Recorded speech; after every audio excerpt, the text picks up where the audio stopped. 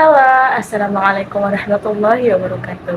Saya Lutfia Nur Azizah dari Prodi Al-Ahwal Al-Syasiyah, Fakultas Syariah dan Hukum akan kembali menerangkan salah satu bab dari Ulumul Quran, yaitu turunnya Al-Quran. Sebelum menerangkan materi, marilah sama-sama kita memberikan puja dan puji syukur kehadirat Allah Subhanahu wa taala karena atas rahmat dan karunia-Nya saya bisa kembali menerangkan salah satu bab dari Ulumul Quran.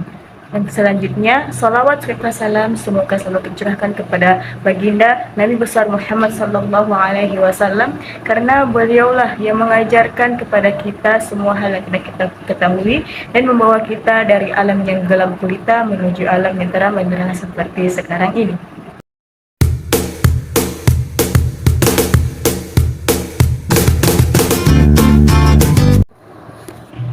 Nah, di bab turunnya Al-Quran ini, materinya terbagi atas dua, yaitu turunnya Al-Quran sekaligus dan turunnya Al-Quran bertahap. Yang pertama, saya akan menjelaskan tentang turunnya Al-Quran sekaligus. Dalam surah Al-Baqarah ayat 185 yang berbunyi, A'udzu billahi minasyaitonir rajim. Bismillahirrahmanirrahim. Syahrul Ramadan alladzi unzila fihi al-Qur'anu hudan lin-nasi wa bayyinatin minal huda wal furqan. Shadaqallahul azim. Yang artinya beberapa hari yang ditentukan itu ialah bulan Ramadan, bulan yang dalamnya diturunkan permulaan Al-Quran sebagai petunjuk bagi manusia dan penjelasan-penjelasan mengenai petunjuk itu dan pembeda antara yang hak dan yang batil. Proses penurunan Al-Quran dimulai pada bulan Ramadan dan berlangsung selama beberapa tahun. Namun, pada malam Lailatul Qadar, Al-Quran diturunkan secara penuh dan sekaligus dari Lauhul Mahfuz. Seluruh ayat Al-Quran termasuk surah Al-Fatihah sampai surah An-Nas yang merupakan surah terakhir diturunkan kepada Nabi Muhammad SAW dalam satu malam. Namun, meskipun Al-Quran diturunkan secara sekaligus pada malam Lailatul Qadar, Nabi Muhammad SAW menerima wahyu secara bertahap selama periode 23 tahun. Proses ini memungkinkan Nabi Muhammad SAW untuk memahami, mengamalkan, dan menyampaikan wahyu kepada umat manusia secara bertahap dengan kebutuhan dan situasi yang dihadapi oleh umat muslim pada saat itu. Tidak berarti bahwa Nabi Muhammad SAW menghafalnya dalam satu malam. Tidak.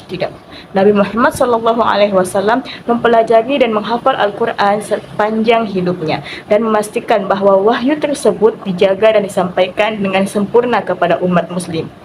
Selanjutnya saya akan menerangkan tentang turunnya Al-Quran secara bertahap. Al-Quran turun secara berangsur-angsur selama 23 tahun, 13 tahun di Mekah menurut pendapat yang kuat dan 10 tahun di Madinah. Yang dimaksud turun di sini yaitu bukanlah turun pertama kali ke langit dunia, tetapi turunnya Al-Quran secara bertahap. Karena itu diungkapkan dengan kata-kata tanzil bukan inzal. Tanzil berarti perlahan atau bertahap dan inzal artinya secara umum. Jadi kesimpulannya di sini adalah Al-Quran turun secara sekaligus itu dari Lauhul Mahfuz ke langit dunia. Nah, dari langit dunia ke dunia baru diturunkan secara bertahap-tahap atau berangsur-angsur selama 23 tahun atau selama Nabi Muhammad SAW hidup. Selanjutnya, hikmah turunnya Al-Quran secara bertahap.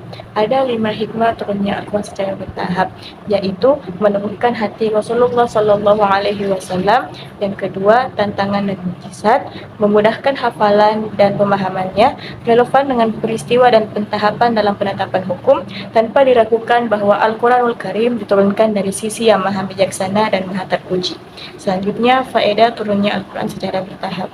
Dalam hikmah turunnya Al-Quran secara bertahap, ada suatu metode yang berfaedah bagi kita untuk mengaplikasikan kedua asas, yaitu perhatian terhadap tingkat pemikiran, pengembangan potensi akal, jiwa, dan jasmani.